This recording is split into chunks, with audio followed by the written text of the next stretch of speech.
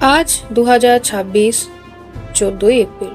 আজকের দিনে ডক্টর ভীমরাও রামজি আম্বেদকর 1891 খ্রিস্টাব্দে 14ই এপ্রিল মধ্যপ্রদেশের মহু সেনানিবাসে জন্মগ্রহণ করেন। তিনি তার বাবা মায়ের 14তম সন্তান ছিলেন। তার পরিবার ছিল মহার জাতিভুক্ত, যা তৎকালীন সমাজে অস্পৃশ্য হিসাবে গণ্য করা হতো। শৈশবে তাকে ও তার পরিবারকে প্রচণ্ড জাতিবিদ্বেষ ও সামাজিক অবহেলার শিকার হতে হয়েছিল।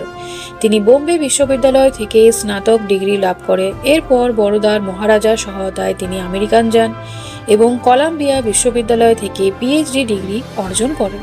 পরবর্তীতে লন্ডন স্কুল অফ ইকোনমিক্স থেকে তিনি ডক্টর অফ সায়েন্স লাভ করেন। তিনি ছিলেন তার সময়ে অন্যতম সেরা শিক্ষিত ভারতীয়।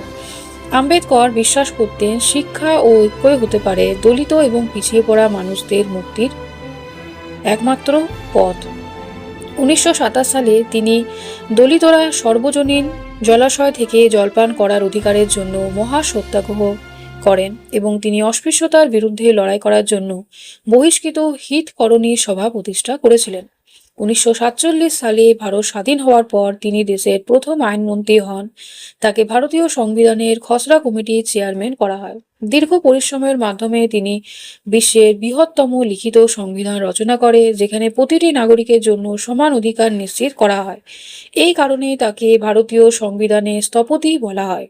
কিন্তু জীবনের শেষ ভাগে তিনি বুঝতে পারেন যে প্রচলিত সামাজিক কাঠামোর আমূল পরিবর্তন আনা কঠিন। তাই 1956 সালে অক্টোবর মাসে তিনি হাজার হাজার অনুসারীর সাথে বৌদ্ধ ধর্ম গ্রহণ করে এবং এর কিছুদিন পরেই দেখা যায় 1956 খ্রিস্টাব্দে 6 ডিসেম্বর এই মহান নেতার মহাপ্রয়াণ ঘটে।